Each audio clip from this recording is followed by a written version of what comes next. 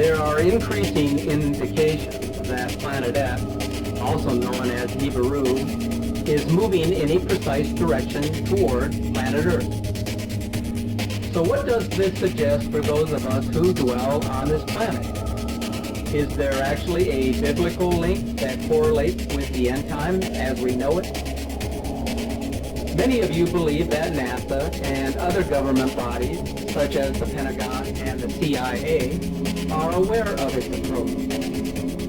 Your belief carries considerable weight, considering the recent publication of scientific studies claiming that there is proof of an unnamed mysterious planet lurking beyond Pluto. The claim was determined by observations of gravitational influences on a group of celestial bodies called the extreme trans-Neptunian objects, which are orbiting our sun beyond Neptune. The approach of the mysterious planet Nibiru is at present sending waves of charged plasmatic energy particles. The flow of energy will finally affect the core flows of the Earth and result in catastrophic changes in Earth's climate, which is without a doubt occurring on an escalated scale. Planet Earth has been feeling the effects of this inbound planet or system of planets since 1996, with records showing a troublesome increase in seismic and volcanic activity, extreme weather patterns, and catastrophic disasters. The U.S. and Russian governments are aware of its approach, as is the Vatican hierarchy, which is keeping a watchful eye on the heavens with their sophisticated telescope perched high in the mountains of Arizona. In the meantime, the public is being kept in the dark regarding this approaching apocalypse.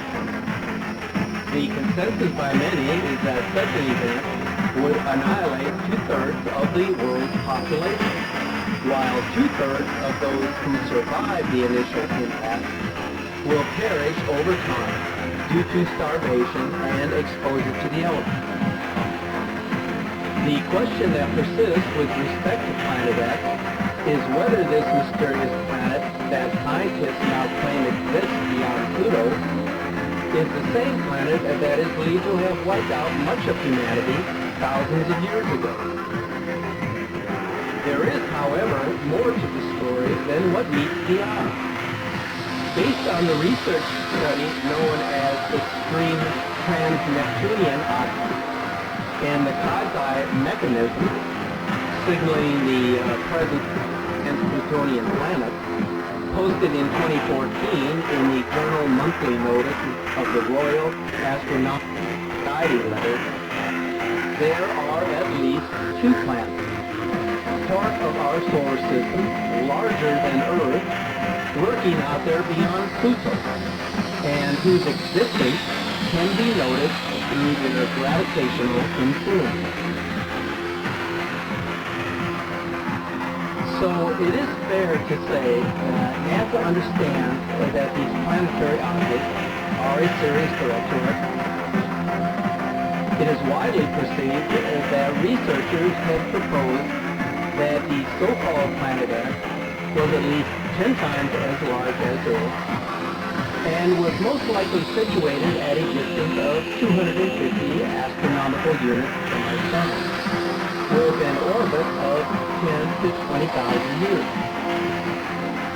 There is understanding that an approaching large body or a star system of planets and moons can trigger considerable differences in magnetic activity, and recent data from our magnetosphere indicate that this is what is now taking place. There were even suggestions that Google Sky had revealed an area in space that had been censored by NASA, showing the winged globe moving through our solar system.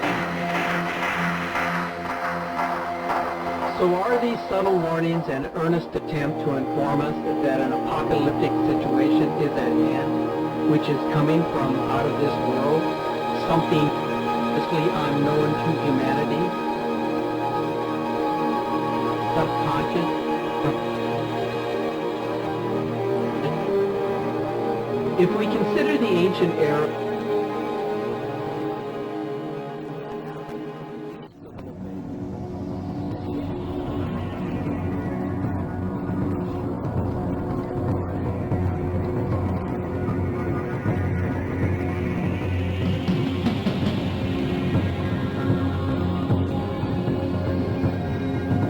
that was unimaginable. And yet they want us to imagine that Nibiru is unreal.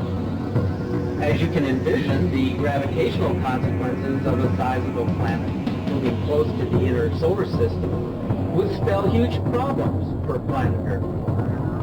Not only are we witnessing climate extremes and a shifting of the Earth, but we are now bearing witness to the very real observation that the four seasons, as we have known them, are. So with all of this in mind, we can now ascertain why certain governments are taking steps to protect their own interests as they prepare for the arrival and the aftermath of this large planetary body or system of planets moving through our solar system. Here is some news that has been widely reported, but which some of you may not be aware of. Russia recently completed building or updating some 5,000 shelters in Moscow. They actually have been quite open about what they are doing, but they haven't specifically stated the actual reason for constructing or updating these shelters. But we do know that they have some facilities that can accommodate up to 100,000 people. The United States is estimated to have over 150 deep underground military bases. Coincidentally, a huge military underground city exists below the Denver airport.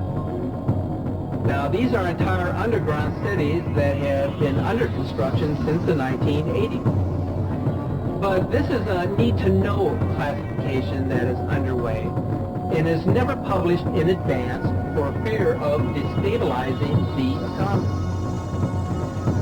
If you do any research of this topic, you are bound to run into various forms of disinformation. Now, some of it intentional, but much of it produced by uneducated individuals within the public. Until the discovery of Planet X, astronomers had regarded the writings of the ancient Sumerians about this object as legend. When Planet X was discovered in 1983, they suddenly learned that the Sumerians were not the primitive people they had been made out to be by intellectuals of today. Have you ever wondered what the real purpose of the Hubble Space Telescope was intended for? It was not to explore the universe and the solar system, as some have suggested. Rather, the reason for constructing this multi-billion-dollar telescope and then placing it in orbit was for the purpose of observing the inbound Planet X. A June 6th interview with a Hubble insider states this fact as to the Hubble's purpose. He watched this mysterious body through the Hubble telescope and stated that this thing looked as if it was nearby. And the Hubble got cut off, and they encrypted it, and that was the end of any transmission. So let's listen to this interview. Back in the 1950s, most people aren't aware of it, but there was a scientific storm in America all through the late 50s about this thing out there in space because the astronomers were all watching it, and that was back when they weren't afraid to talk about it. It was in the science magazines. I mean, I had a subscription to like Popular Science, and hell, it was on the front cover of the magazine one day in like 1961. And I was really excited when I saw it because here's this giant red planet on the horizon of the California coast and a humongous tidal wave coming in towards the coast. And having grew up in the mountains of the Sierras, And this thing in the magazine, it said this tidal wave coming in was going to be at least 3 miles high. And I went and showed it to everybody in the house, and they laughed, and they said, look, it says right here, there's nothing to worry about. It won't be here for another 50 years. Hey, guess what? That 50 years has came and gone. And this baby's out there in the sky. They've been watching it. I watched it. And I can tell you, this thing has got so much trash coming around it. You know how we live in a solar system? We've got 9 planets and a big sun. This thing has got 7 planets and its own sun. The years as it went by and we watched it, it got bigger and bigger and bigger. And then finally about 08, we could see this thing like it was across the street. And we could see that it was a blazing hot ball of fire giving out sparkles of red iron oxide dust for thousands of miles in every direction. And you could see the planets circulating it. Now, I'll tell you one thing that I really am nervous about. I think this thing's got a planet like ours circling it. This is its own solar system. We're about to have a solar system come through the middle of our solar system. This can't be good. But unfortunately, it looks as though that's what's going to happen. We were looking at asteroids right close to this thing. There's asteroids that are floating around right near that are orbiting the main sun itself. These things appear to be about 500 miles across. This thing looks like a giant red teardrop-shaped dust cloud, and you can see if you're able to see it up close like we did, you can see every speck out there. Now, these CIA people that I know say that we're not going to be that close to it when it goes past us. They're saying that in order to attain breakaway speed, when it comes up around the backside of the sun, its speed will at least double, possibly more, which will put it here earlier than everybody is saying it will. And that this thing will probably be about 20 million miles from us when it crosses in front of us. And then as soon as it flips us upside down, we're going to go into its debris field. These CIA guys told me that this pole shift will probably happen from start to finish in around 28 minutes. That doesn't give you a lot of warning. When you see that thing out there in the sky, you're going to have to run as fast as you can to your underground facility, because this is going to happen so fast. Now, see, here's another thing nobody's talking about. You've got this giant iron planet that they say is 47,000 miles across, getting ready to come up past us, and when it starts to approach us, it's going to start and have real serious effects. So is it a planet or a failed star? It's not a failed star. You know, I saw this thing up close. It did not look like a failed star. It looked just like our sun. Right. Okay? Would you call our sun a failed star? No. Okay, well, you had said planet. I wasn't sure if it was like a failed star, brown dwarf, or a full sun. So it's a full sun?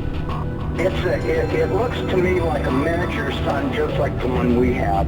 The only difference is our sun is giving off flames and stuff, and this one's doing the same thing as it, but it's giving off this red iron oxide cloud of dust around it, and until it got close, we couldn't even tell what was in there. We could see it was hot, and it looked like it was just a dull red when we were first able to discern it through the red cloud, but as it approached, it started to become more apparent that this thing is just orange hot, and it's got this enormous, and I mean enormous, at least 50 or 100,000 miles on each side of it, this red dust cloud that goes all the way around it. I know when we were watching it, as it started to make the upward swing to approach behind our sun, it was amazing. The red dust cloud settled down. Instead of being round, it started to settle down into a V, like wings, upside down wings.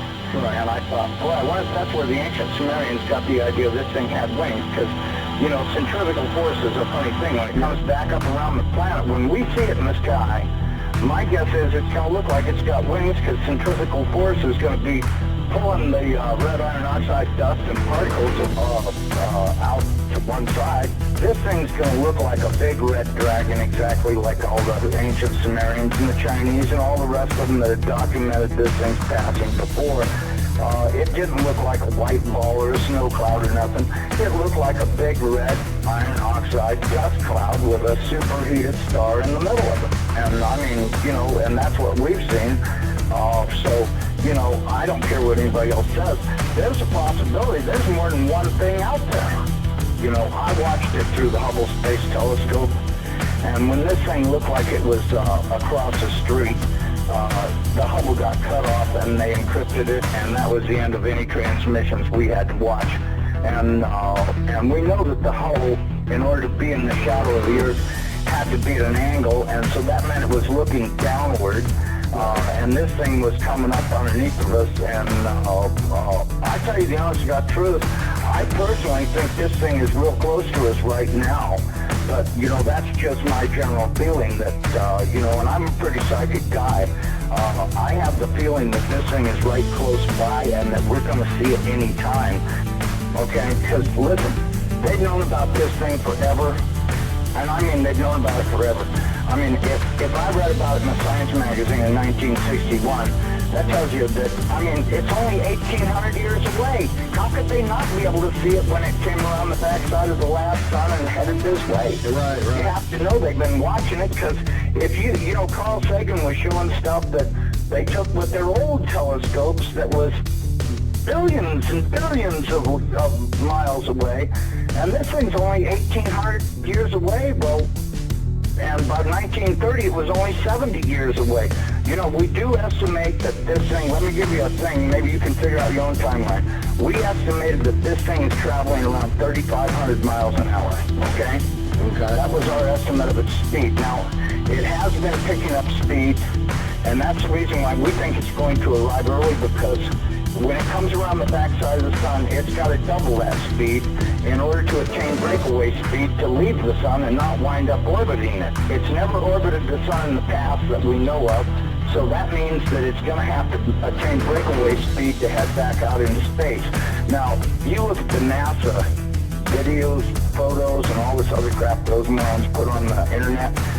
This thing is coming in, it's going to, as soon as it goes around the top of the sun, it's going to go back out into space. Right. And it's going to do this really fast. When it goes past us, it's going to go past us so fast that we'll almost have no time to get ready. That's my opinion, but, you know, just drawing it out on paper a few times and thinking about it, and I went, you know, if this thing picks up enough speed to make breakaway speed, then that means it's going to come past us. You know, this thing, according to what I was told, is approximately 47,000 miles in diameter, you know, 4 or 5 times the size of the Earth, and it'll come past us, and we won't have a lot of warning, and we won't get to see it in the sky until it's on us. Now, I was told that the poles are not shifting at 42 miles a year, they're shifting at 42 miles a day, and the reason is because this planet is rolling over to face this thing. Now, when it goes by,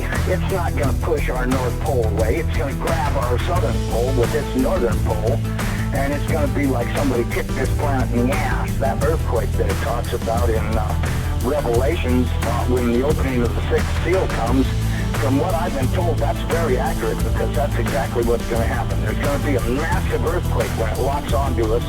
As it goes past us, we're going to follow it right upside down. The oceans are just going to be roaring from pole to pole, as you could well guess they would, because if you take a planet that's 7,000 miles across and roll it upside down in 30 minutes, you're going to have some real serious problems with wind and water. We should be preparing to expect this thing to show up anytime. So this particular insider is stating in the most revealing terms that something ominous is heading our way that NASA has known about for decades. Nibiru, aka Planet X, and referred to by the Vatican as Wormwood, has a mass that is 3 to 5 times the mass of Jupiter. Its composition is cesium, iron oxide, iron, oxygen, and ozone. And according to the interview by the Hubble Insider, it consists of 7 planets and moons that orbit it and innumerable asteroids. Its existence is known by all of the major governments of the world, and they are prepared, as I described earlier in this presentation. The object is very big, and until recently, it is a red dwarf star visible only in the infrared spectrum. The agent claims that the government is monitoring the system and that in 2008 it could be seen in high detail with infrared telescopes. But the manner of observation is beginning to change. Using deductive logic, a number of independent videos are capturing its close approach now. We can speculate about its existence and whether the images and videos being published on a regular basis are genuine captures. But it doesn't change the narrative that something big is out there. Even the most reputable scientists are coming to the same conclusion that we have been warning about for many years now.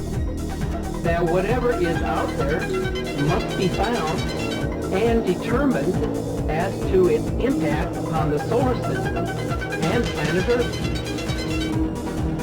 So it's no longer a question of whether it actually exists, but rather its actual location and how long before its absolute impact will be felt on our planet, consisting of fairly large-sized meteors and asteroids. The number of space objects that are penetrating the Earth's magnetic field has increased substantially in the past couple of years. So take a look at this incredible capture from Japan on October the 31st.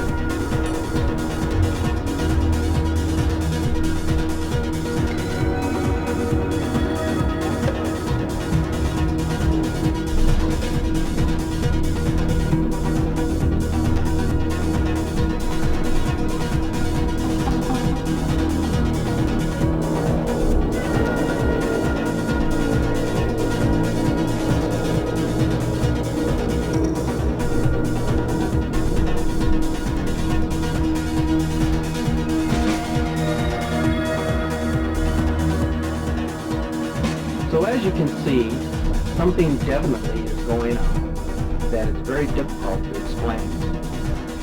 It was in mid-August of this year. Some of you are aware that myself, my family members, and a number of friends were among the many tens of thousands who suffered the worst flooding in recorded history here in South Louisiana. We are still recovering from that devastation. The funny thing about all of this is that it seems that we encounter one extreme weather after another. Since the Great Flood of 2016, we have hit what is now considered to be one of the most severe droughts that this area has encountered in recent times for this time of the year.